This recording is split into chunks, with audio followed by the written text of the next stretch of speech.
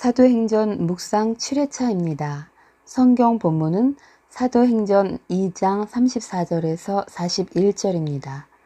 다윗은 하늘에 올라가지 못하였으나 친히 말하여 이르되 주께서 내 주에게 말씀하시기를 내가 내 원수로 내 발등상이 되게 하기까지 너는 내 우편에 앉아 있으라 하셨도다 하였으니 그런즉 이스라엘 온 집은 확실히 알지니 너희가 십자가에 못 박은 이 예수를 하나님이 주와 그리스도가 되게 하셨느니라 하니라.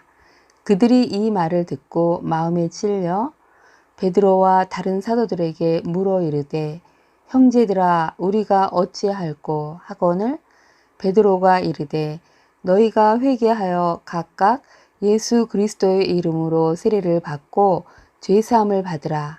그리하면 성령의 선물을 받으리니 이 약속은 너희와 너희 자녀와 모든 먼데 사람 곧 주 우리 하나님이 얼마든지 부르시는 자들에게 하신 것이라 하고 또 여러 말로 확증하며 권하여 이르되 너희가 이 패역한 세대에서 구원을 받으라 하니 그 말을 받은 사람들은 세례를 받음에 이날에 신도의 수가 3,000이나 더하더라.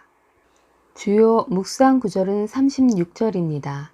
그런즉 이스라엘 온 집은 확실히 알지니 너희가 십자가에 못 박은 이 예수를 하나님이 주와 그리스도가 되게 하셨느니라. 제목 예수를 주와 그리스도가 되게 하신 하나님.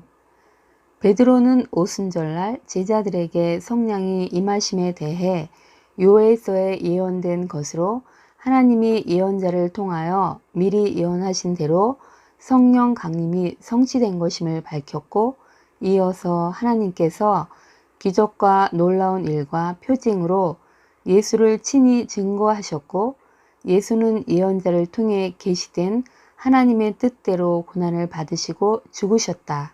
하지만 예수님은 사망의 권세를 이기고 부활하셨다 하며 이를 뒷받침하기 위해 베드로는 시편 16편 8절에서 11절을 인용한 이후에 다윗이 성령에 감동되어 장차 그의 후손으로 오실 그의 주인 즉 예수에게 하나님이 하신 말씀 시편 110편 1절을 들은 것을 인용합니다. 다윗이 친히 말하여 이르되 주께서 내 주에게 말씀하시기를 내가 내 원수로 내 발등상이 되게 하기까지 너는 내 우편에 앉아 있으라 하셨도다. 이를 살펴보면 다음과 같습니다. 첫째, 주께서 내 주에게 말씀하시기를 하며 하나님과 예수님을 주라고 하며 동등한 분으로 말합니다. 둘째, 발등상은 왕의 보좌나 귀족의 의자 앞에 놓여있는 발판으로 전쟁에 패한 왕이나 장군들이 절대 복종의 의미로 왕 앞에 머리를 조아리면 왕은 마치 발등상처럼 그의 머리나 몸에 발을 올려놓거나 짓밟았는데 이 시편에서의 의미는 사탄 마귀의 세력을 완전히 굴복시키는 것을 의미하는 것입니다. 셋째, 예수님은 가장 영광스러운 하나님의 오른편에 앉으셨습니다. 예수님은 육신을 입으시고 고난을 당하신 후 부활하심으로 모든 악한 세력은 파멸되기 시작했고 승천하신 그리스도는 하나님 보좌 오른편에 앉아 계시며 장차 심판주로 재림하셔서 원수 사탄을 발 앞에 굴복시키실 것이라는 것입니다. 베드로는 너희가 십자가에 못 박은 이 예수를 하나님이 주와 그리스도가 되게 하셨다고 말합니다. 즉 하나님이시며 그들이 고대하는 유일한 소망이신 메시아를 죽이는 큰 죄를 지었다고 했고 이 말을 들은 그들은 괴로워했습니다. 성령이 그들의 죄를 깨닫게 한 것입니다. 이에 그들은 사도들에게 도움을 요청합니다. 베드로는 회개하여 각각 예수 그리스도의 이름으로 세례를 받고 죄사함을 받아라. 그러면 성령의 선물을 받을 것이다.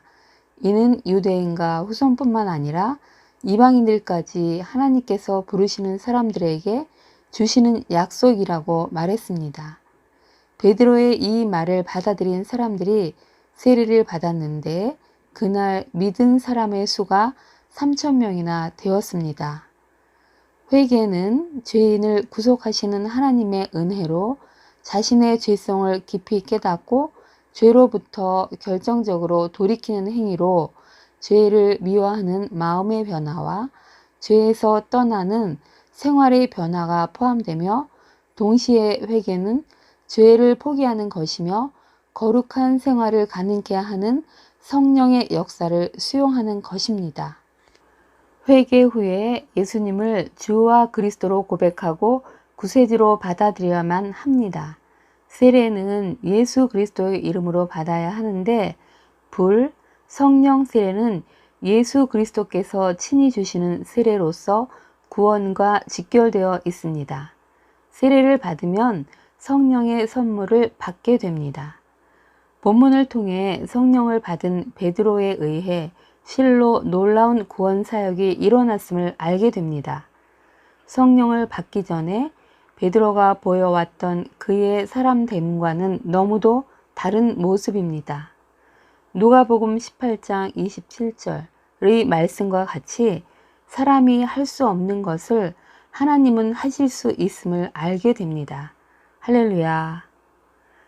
사도행전 2장 21절 누구든지 주의 이름을 부르는 자는 구원을 받으리라. 예수의 이름을 부름이 은혜의 시작임을 다시 깨닫습니다. 예수 이름을 부르고 회개하고 주로 그리스도로 고백하고 세례를 받음으로 성령을 받게 되는 과정을 통해 구원을 받아 하나님의 자녀로 천국 시민으로 그 신분이 바뀌고 성령의 내주하심으로 하나님과 동행하는 삶을 살게 되는 것입니다. 우리의 구원에 성삼위 하나님이 하나가 되셔서 일하심이 들어있음을 또한 깨달으며 성삼위 하나님께 감사와 찬송과 경배를 올려드립니다. 아멘. 오늘을 사는 지혜 에베소서 1장 11절 모든 일을 그의 뜻의 결정대로 일하시는 이의 계획을 따라 우리가 예정을 입어 그 안에서 기업이 되었으니 하나님, 저의 구원이 성삼위 하나님의 놀랍고 신비롭고 거대한 구원 계획의 일환으로 성취되었음을 생각합니다. 주님, 엎드려 감사를 드립니다. 오늘은 주님의 그 놀라운 구원 계획을 아름답게 해달라고 간구하는 날입니다. 무지와 교만과 악함의 본성으로 매일 실수하고 회개하고 이런 모든 것을 아시는 주님께 우리의 연약함을 아뢰고 아름답게 사랑스럽게 변화시켜 달라고 기도하고 그렇게 되길 축복합니다. 아멘. 기도 제목 월요일은 우리나라를 위해 기도하는 날입니다. 나라의 국방의 안전을 비롯한 모든 분야의 안전을 위해 기도하면 좋을 듯합니다. 감사합니다.